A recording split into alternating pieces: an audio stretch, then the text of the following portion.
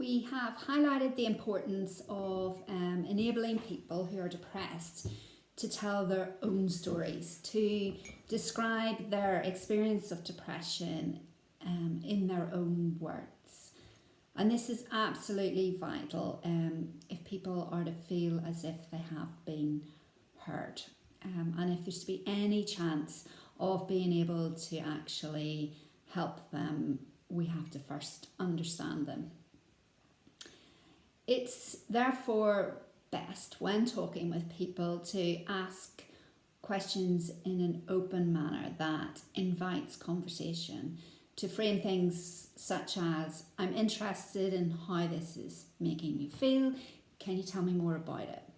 Rather than in closed, direct questions, which are much more likely to clam up conversations or to be misinterpreted as judgmental. Questions such as, do you feel guilty? What we don't need to know is a checklist of symptoms before speaking to someone who is depressed. But it is helpful to have some understanding of what the common symptoms are. And there's three really main reasons why this might be so. Firstly, people who are depressed, especially people who are severely depressed, can struggle to articulate how they're feeling.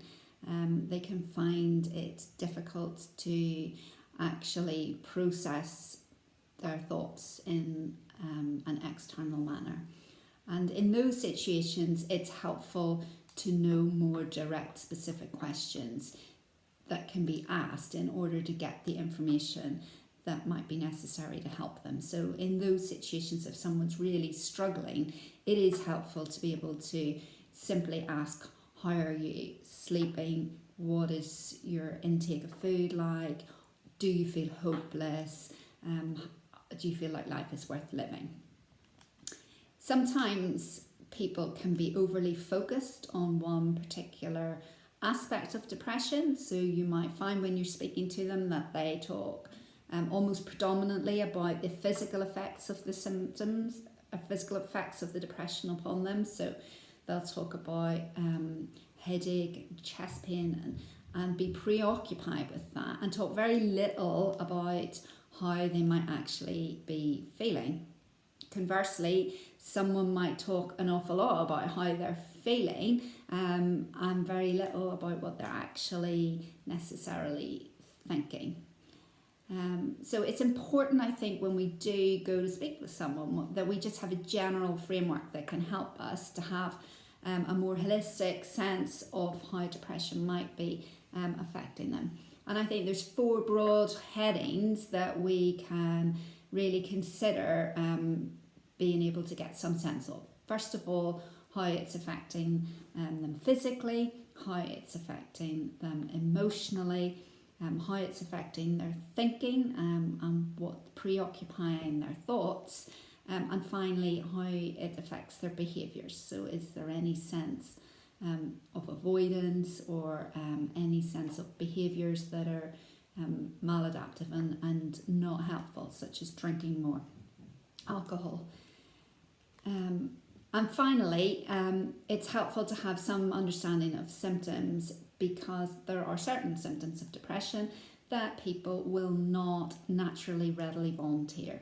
And a classic example of that is sexual dysfunction.